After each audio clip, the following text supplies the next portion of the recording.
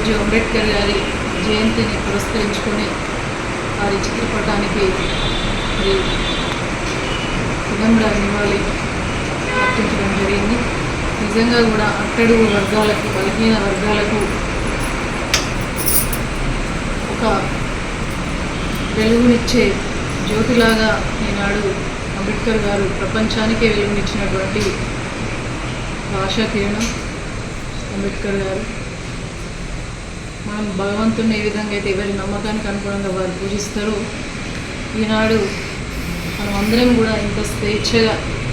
ప్రతి ఒక్క హక్కును పొందగలుగుతున్నామంటే దీనికి అంతటి కూడా భగవంతునితో సమానమైనటువంటి అంబేద్కర్ గారి రచించిన రాజ్యాంగం వల్లనే అనేది అందరూ కూడా గుర్తుంచుకొని ప్రతి ఒక్కటి కావచ్చు, ఈనాడు ప్రతి ఉద్యోగం చేసే ఉద్యోగులు కావచ్చు, అదేవిధంగా ఈరోజు ఒక మహిళగా ఈ యొక్క స్థానంలో ఉన్నానంటే దానికి అంతటికి కూడా కారణం అంబేద్కర్ గారి రచించిన రాజ్యాంగం వల్లనే ఒక మహిళ జిల్లా ప్రజా పరిషత్ తొలి చైర్మన్గా ఉండడం అనేది నిజంగా కూడా గర్వకారణం నాకు.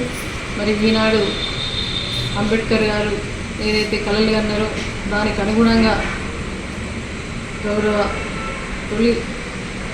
రాష్ట్ర ముఖ్యమంత్రి అయినటువంటి కేసీఆర్ గారి వల్లనే అది సాధ్యమైంది. ఎందుకంటే వారు ఆర్టికల్ 3 ప్రకారం రాజ్యాంగంలో ఏదైతే చిన్న రాష్ట్రాలు, చిన్న జిల్లాలు ఏర్పడితే పరిపాలన అనేది ప్రజలకు మరింత చేరువవుతుందని చెప్పేసి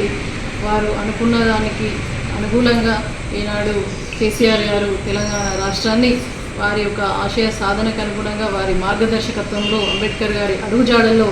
తెలంగాణ రాష్ట్రాన్ని సాధించుకున్నాం. ఈనాడు కుల మత భేదం లేకుండా, లింగ భేదం లేకుండా ప్రతి ఒక్క వర్గం కూడా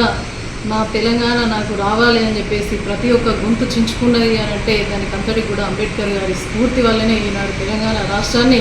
సాధించుకొని మన నిధులు, మన నియామకాలు, మన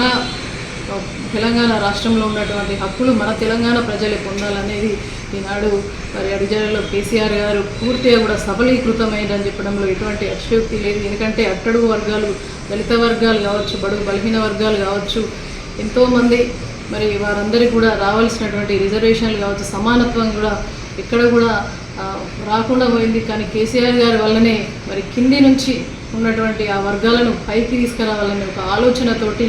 ఈనాడు స్థానిక సంస్థల్లో 50% రిజర్వేషన్ అయితేనేమి, అదేవిధంగా దళిత బంధు అనేటువంటి మహోత్తరమైన కార్యక్రమాన్ని మరి ప్రపంచం మెచ్చే విధంగా రూపొందించి ప్రతి ఒక్క వర్గానికి న్యాయం చేయాలి. వీళ్ళు కూడా మరి ఏదైనా కూడా అట్టడుగు వర్గాలకు ఆర్థికంగా మరి ఇబ్బంది ఉంటుంది, వాళ్ళని ఒక్కసారి ఆర్థికంగా